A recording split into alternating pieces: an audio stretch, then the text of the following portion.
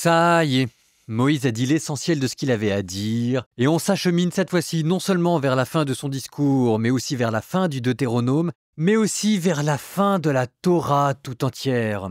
Il ne reste plus pour Moïse qu'à terminer les choses proprement. On avait déjà parlé de Josué dans le livre des Nombres et au premier chapitre du Deutéronome comme étant son successeur, mais on a affaire ici à une passation dans les règles de l'art.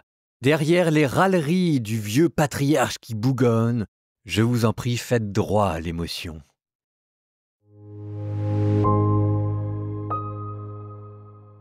Moïse prononça ces paroles devant tout Israël. « Maintenant que j'ai 120 ans, je ne peux plus être votre chef.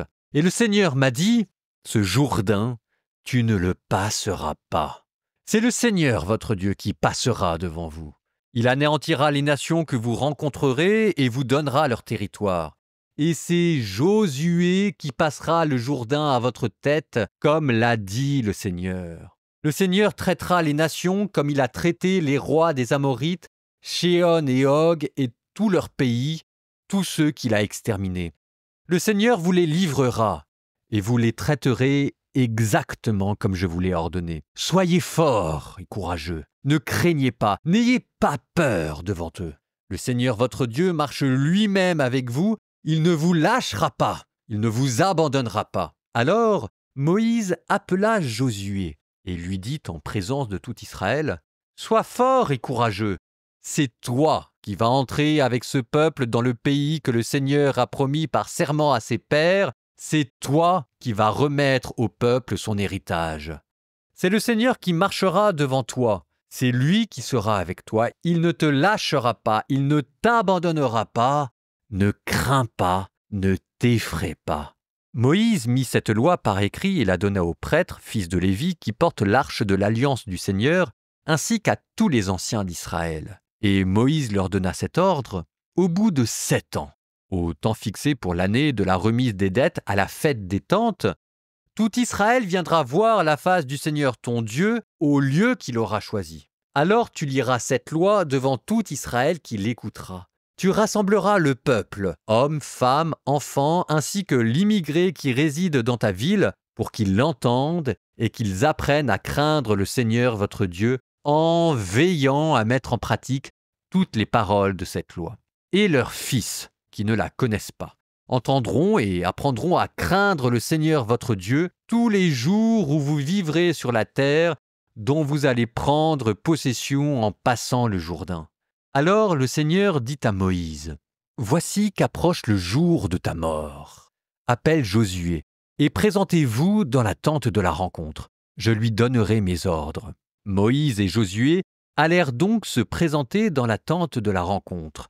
Et le Seigneur apparut dans la tente, dans une colonne de nuée. La colonne de nuée se dressait à l'entrée de la tente.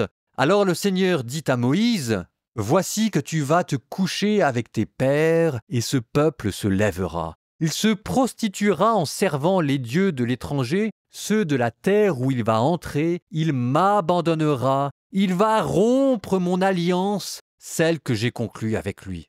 Ce jour-là, ma colère s'enflammera contre lui. Je les abandonnerai, je leur cacherai ma face. Alors, il sera bon à dévorer, malheur et détresse sans nombre l'atteindront. Et ce jour-là, il dira, « Si ces malheurs m'ont atteint, n'est-ce pas parce que mon Dieu n'est plus au milieu de moi?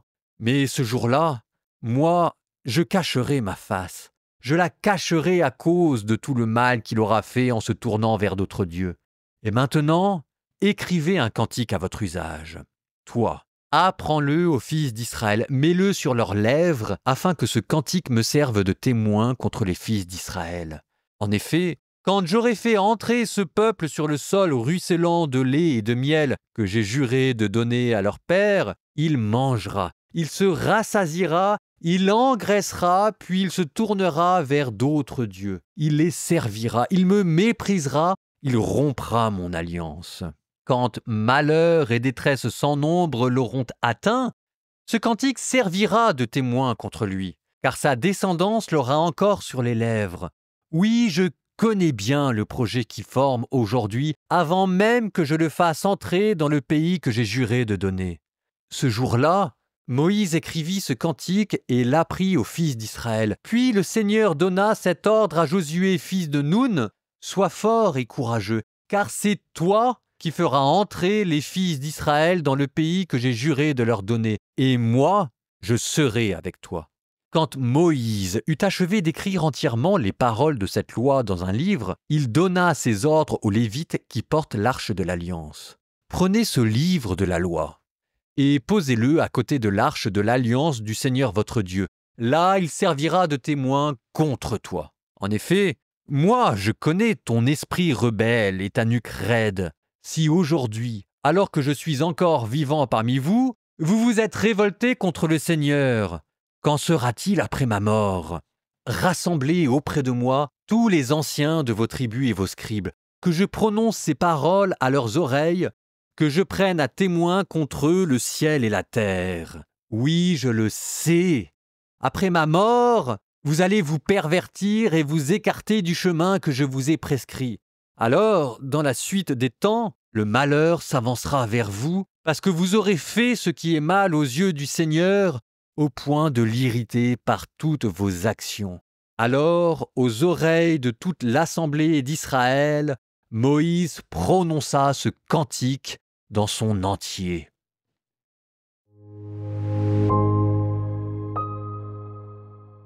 Ce passage-là me fait penser à saint François d'Assise. Vous allez me dire, c'est quoi le rapport? Le rapport est le suivant. On dit de saint François d'Assise qu'il a traversé des moments de grande tristesse et de désillusion, notamment en voyant ce que donnaient ses autres frères franciscains et l'état des troupes qu'il n'estimait pas être très brillant. D'autant plus que le parallèle continue, c'était les premières années de l'ordre des franciscains. Saint François venait de lui donner une règle. Donc l'ordre se développe rapidement, tout semble bien aller, un peu comme notre peuple hébreu qui s'apprête à rentrer en terre promise, sauf que François, comme Moïse, voit leurs idéaux de pauvreté radicale pour François, charité radicale et adoration de l'unique Dieu pour Moïse. Bref, les deux fondateurs voient leur radicalité, leurs rêves, leur simplicité se diluer devant l'accroissement des personnes qu'ils ont en face d'eux, qui se réclament d'eux, mais qui n'ont pas compris ce qu'il y avait derrière et qui s'éloignent de l'enseignement. Et on raconte que saint François d'Assise s'était senti tellement désemparé, tellement découragé qu'en 1224, il dit au revoir à tout le monde, à tous ses frères, et il se retire seul à la montagne de Verna. Là, intense épreuve spirituelle, et c'est là que d'après la tradition, il reçoit les stigmates, avec une vision qui lui fait un renouveau spirituel, une nouvelle union avec les souffrances du Christ, et il retourne voir ses frères. C'est exactement ce que vous avez ici. Moïse désabusé, et il y a une vraie question derrière, parce que on pourrait se dire c'était un vieux qui bougonne.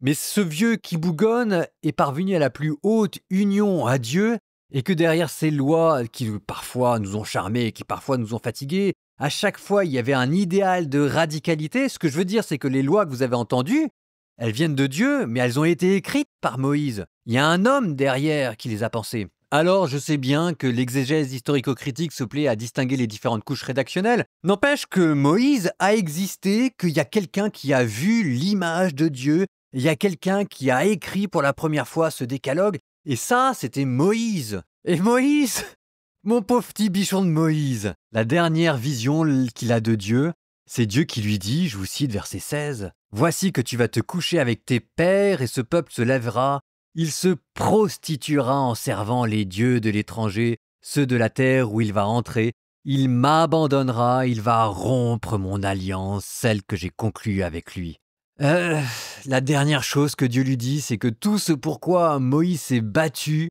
ça ne marchera pas. Comment est-ce que vous voulez ne pas être déprimé? Alors ce que fait Moïse, d'ailleurs, c'est très beau, c'est que il en a conscience et donc il essaye de limiter la casse, il essaye de donner le plus de pare-fou possible, il essaye d'encadrer la chute. Donc il y aura un successeur, Josué, il lui rappelle qu'il y aura une double mission, celle de conquête, entrer dans la terre promise, et puis celle de répartir les tâches. Il va à la tente de la rencontre pour que Dieu confirme Josué. Il n'y avait pas vraiment de stress parce que avant que ce soit Moïse, c'était Dieu qui avait institué Josué dans le livre des Nombres comme successeur. Et ensuite, il va donner des témoins. une nouvelle fête liturgique tous les 7 ans dans laquelle on devra lire la loi à haute voix et ensuite un dernier morceau de poésie, un dernier cantique qu'il faudra apprendre par cœur parce que la poésie est toujours plus facile à apprendre par cœur. Simplement, Moïse désabusé dit que tous ces pare-feux, Josué, la lecture de la loi, ce cantique en fait, ne serviront pas à empêcher l'inévitable, ce seront des témoins dressés contre le peuple.